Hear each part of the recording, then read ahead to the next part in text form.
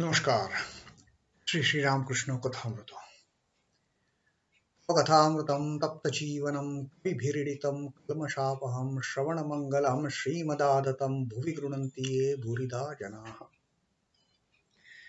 श्री श्री रामकृष्ण कथामृतो प्रथम भाग चतुर्थ खंडो चतुर्थ परिच्छेद. Now today we are starting the fourth chapter. What is this fourth chapter about? It is about Kamini Kanchan Junno Dashat, slavery for lust and greed, losing one's freedom, becoming slave to fulfill the desires of lust and greed. And Sri Ramakrishna has, in this fourth chapter, we have seen that the intimate devotees like Balaram Basu, Sri Am, and also Vijay Krishna Goswami and a few other Brahmo devotees, they have come on this 14th of December 1882. It is a Thursday, so no rush. Just these devotees and Sri Ramakrishna. And Sri Ramakrishna is telling them great, giving them great teachings about that. He spoke about whether a person when gets enlightenment, gets ultimate knowledge, when he gives up his body, is it termed as a suicide? And he says no. When a person to get rid of problems of this life commits suicide, that is,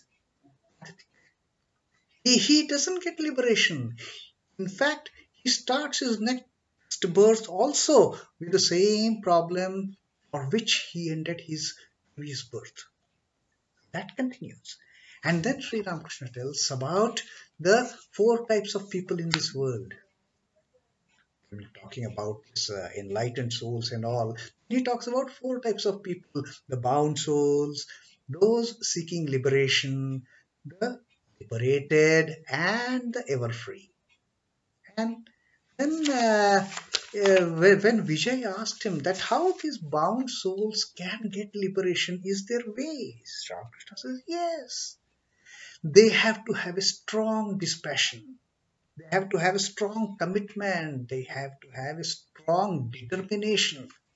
Strong determination, like that farmer who had decided that when there was a drought, one farmer had decided that I will today dig the canal from river to my field, and only after water reaches my field that I will do any other thing. Only then I will take bath, only then I will take food, not before that.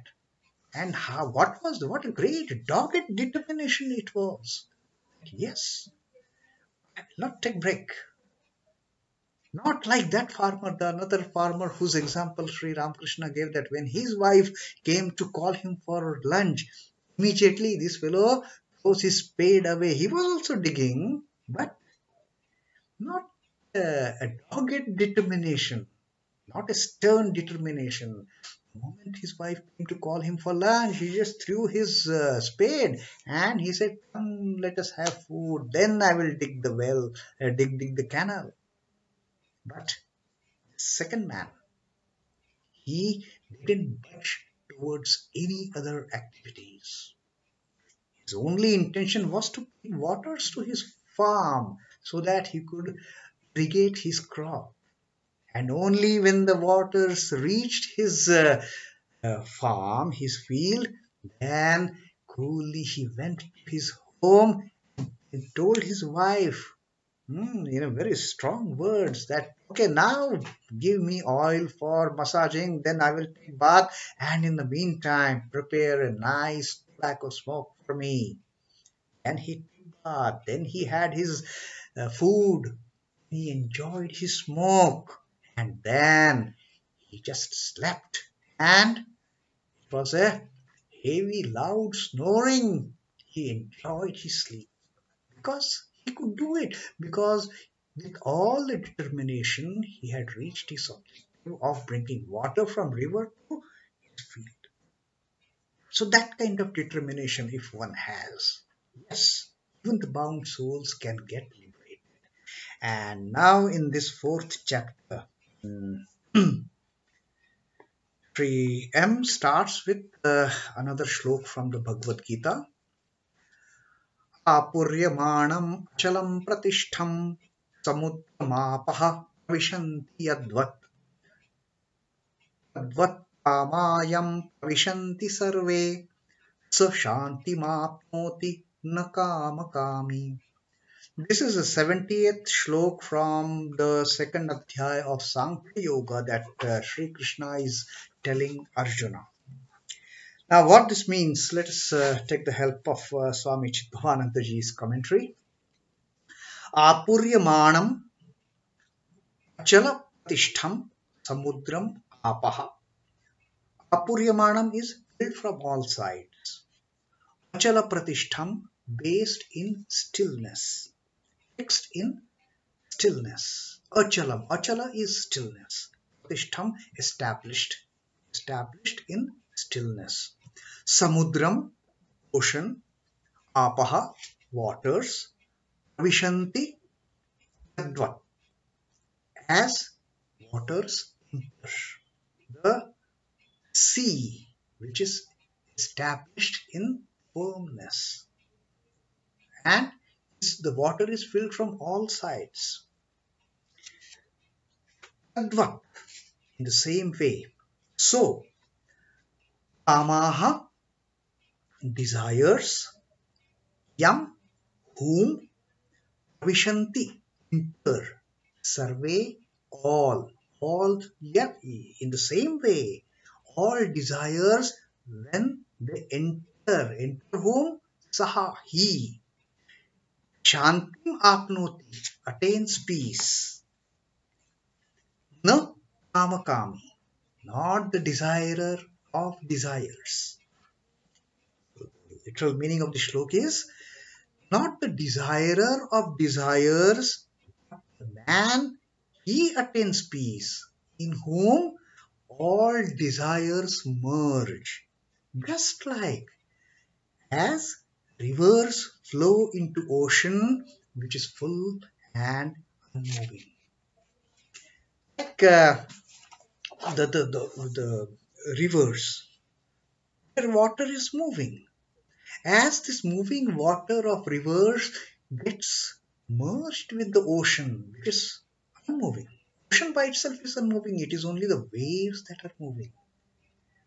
And as the river waters enter the ocean, become one with the ocean, in the same manner, when the desires of a person get merged in his self, he gets the peace, and not the person who has kept his desires alive to enjoy the desires of this world, the worldly enjoyments. He can never get peace. The desirer of desire can never get peace, but only he who has, in whom all the desires have merged, who has become a desireless. Only that person. And when a person becomes desireless, when he gets merged in the self, in the Satchidananda, then there are no desires. And what is left to get? He has merged one. Like the salt doll. In salt doll, Sri Ramakrishna had given that example. Went to measure the depth of the ocean, of the sea. When salt gets to sea, what happens? It just gets merged. No desires are left out. So likewise, Sri Krishna has said, and Swami Chidbhavanandaji has also quoted Sri Ramakrishna's quotation in line with the meaning of this shloka. Sri Ramakrishna says, there are mountains, hills, dales, valleys, plains at the bottom of the ocean, but they are not discernible on the surface. When we look at the ocean from surface, we don't know that there are so many hidden treasures inside. Akin to it, the jnani in samadhi experiences infinite existence, knowledge, bliss. When he gets merged with the self, when he gets into samadhi, he experiences infinite existence, knowledge, bliss. He becomes one with Satchidananda. Modifications such as I and mine get merged in that beatitude. When the river water gets merged in the ocean, no more flowing water, moving water. It is just one with the water of the ocean. And then it realizes the deep beauty of the ocean.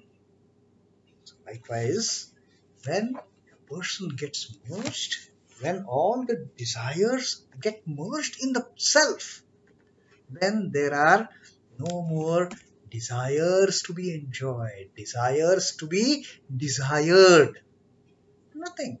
So it is one with one. So now let us see what Sri Ramakrishna has to advise us in this fourth chapter. Now Sri Ramakrishna says, is talking to Vijay. Hmm. আগে ও তো আসতে, এখন আসে না কেন? Sri Ramakrishna asks this question to Vijay Krishna Goswami. Earlier, you used to visit so often, frequently used to come. Now, এখন আসো না কেন? Why don't you come as frequently, as often, like as you used to do earlier? And now Vijay answers. He says, এখানে আসবার খুব ইচ্ছা. Hmm? I wish to come here so much. কিন্তু আমি স্বাধীন নই. But now I am not free. Why? ব্রাহ্ম সমাজের কাজ স্বীকার করেছি. I have taken up a job. I have taken up a salaried job at Brahmo Samaj. Sri M had told us in the introduction of this chapter that Vijay Krishna Goswami is now a salaried preacher of the Brahmo Samaj. His duty is to sit there at the pulpit and give preachings and teachings to the Brahmo devotees. Now he is into 9 to 5 job. So he says, I don't have that freedom now that whenever I feel like I can come to you. I have work to finish at the Brahmo Samaj because now I am a salaried employee of Brahmo Samaj. And then Sri Ramakrishna tells, Kamini Kanchane জীবকে বদ্ধ করে. Now Sri Ramakrishna has been talking about the bound soul, and he says, what makes the soul bound? Nothing but Kamini Kanchan, the lust and greed. They make a soul bound. They bind the soul in worldly enjoyments and entanglements. জীবের স্বাধীনতা যায়. The moment the soul gets, comes under the influence of lust and greed, whenever a person comes under the influence of lust and greed, he loses his freedom. কামিনী থেকে কাঞ্চনের দরকার. Now, why one needs gold and money and all those riches? Just to please the Kamini, just to please the women folk, just to enjoy that lust. One gets into greed, gets tempted into greed. তার জন্য পরের দাসত্ব. And once one becomes greedy, then for that greed and lust, they become slaves of others. তার জন্য পরের দাসত্ব. They have to accept the slavery. They have to become slave to others. স্বাধীনতা চলে যায়. Naturally, when you become a slave, you don't have your freedom. You don't have your free will that, okay, today I want to go and meet Sri Ramakrishna, I will go. No, it doesn't happen because you have to abide by your office timings, maybe overtimes, maybe project deadlines and all those things. So you say, okay, I will go tomorrow. And you have no freedom to go and visit and talk to Sri Ramakrishna as per your free will. তোমার মনের মতো কাজ করতে পারে না. And Sri Ramakrishna says, you can't work. whatever the way your mind wants you to work. Today I want to do 10,000 japa. My mind tells me, but can I do it? No, because I have to look at the watch, I have to meet the deadlines, I have to do this work, I have to complete that work, I have to be in the office. How can I do? So you cannot work as your mind wishes, and then you lose all your freedom just for the sake of this Kamini Kanchon, Kama Kanchon, the lust and greed. They make you slave. That is how Sri Ramakrishna has started this fourth chapter, and he is going to give a lot of examples in our subsequent readings. So we will close our reading for the day here, and we will see. I mean, the fourth chapter is will take us at least another 2 3 readings to complete the fourth chapter. Till then, Om Namah Shri Bhagavate Ramakrishnaaya. Shri Ramakrishna Arpanamastu. Jai Thakur. Jai Ma. Jai Swamiji.